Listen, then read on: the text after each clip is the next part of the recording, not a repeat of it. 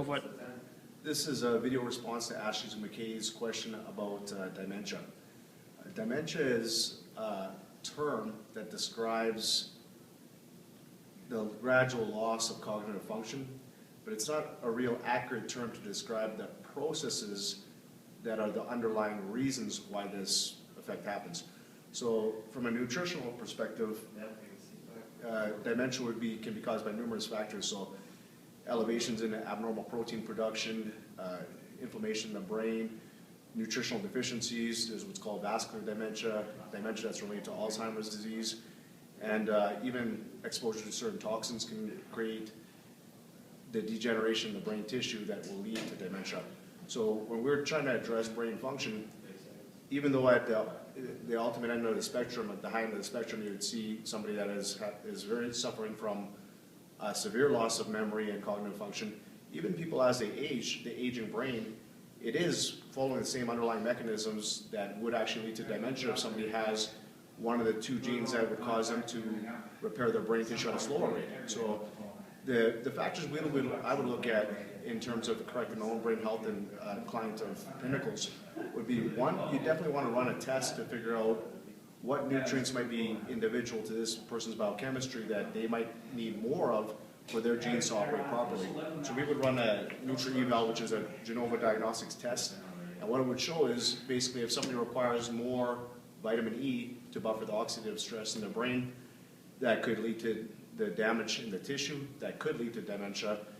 The test would show that nutritional individuality of that person. So it's, in fact, in sports, oxidative stress is very damaging to the brain because the brain is primarily composed of fats. So the sports that have the highest rates of dementia is long distance running and rowing. Those sports, the sports that expose the brain to high levels of oxidative stress, those athletes are much more susceptible to developing dementia.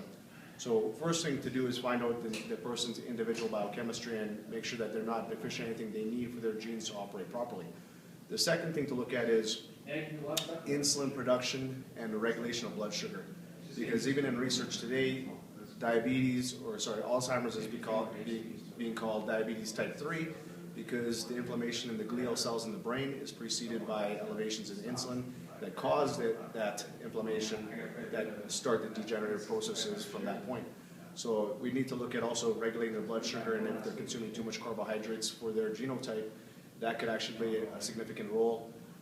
Third, we would look at neck dysfunction because sometimes if they do have a slower rate of repair, the genes that would repair their brain tissue a little bit slower than somebody else, but they have subpar circulation to that part of their brain, the nutrients just won't be getting to the target. So even if their nutrition is good, but circulation is impaired, mechanically that would actually increase their risk of developing that condition because their brain is just not getting what it needs. So looking at dysfunction in the cervical arteries, and what I would actually do for that is use an inversion table because it would take a lot more work to actually fix the circulation by loosening up the tight muscles that may be compressing the cervical arteries. It's much easier just to have the person lay upside down for 10 to 15 minutes a day and mechanically increase the blood flow to the brain. So what happens to tissue if it doesn't get blood? It starves and dies because blood is what carries the nutrients to that area. Many people are walking around with 30% reduction in blood flow to their brain just simply because of tight muscles in their neck.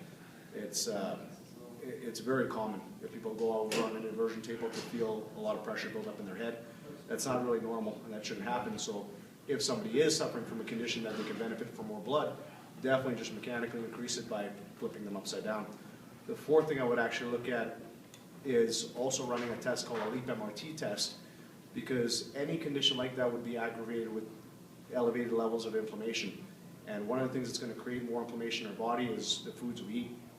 So LEAP MRT test would actually rate the foods in terms of green being low inflammatory, yellow being a little bit more higher inflammatory, and red being something that you should definitely stay away from because it's going to aggravate the condition.